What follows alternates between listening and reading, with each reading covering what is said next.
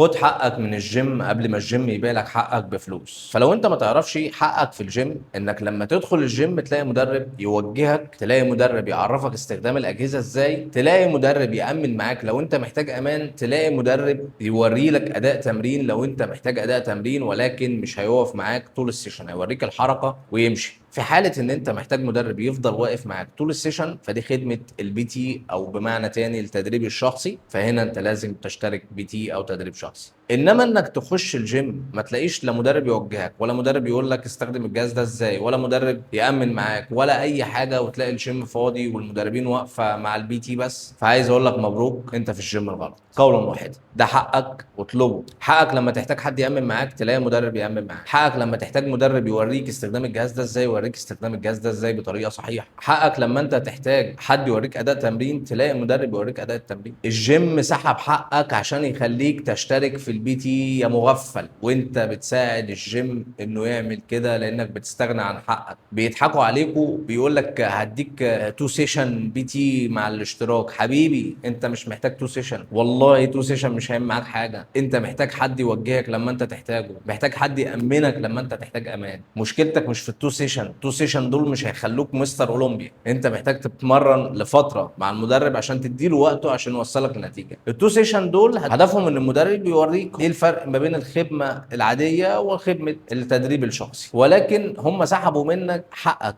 حقك ان انت تلاقي شخص تساله عن اي حاجه انت محتاجها بشكل مجاني من غير فلوس. واذا انت احتجت انك انت عايز شخص يفضل واقف معاك طول التمرين، فده في البي تي. هنا بقى تروح تدفع فلوس. ده اصلا لو الجيم قدم لك خدمه بي تي محترمه اللي احنا ذاكرناها في الكتب. انما للاسف الجيم ركن الكتب على جنب ومشى الموضوع هنعمل فلوس ازاي من العميل، او هنحط ايدينا في جيب العميل ونسرق فلوسه ازاي. الجيم مشاها كده، وانت اللي بتساعد الجيم على كده لما بتوافق بحاجه زي كده. ففي الاول وفي الاخر انت تستحق كده وشيل.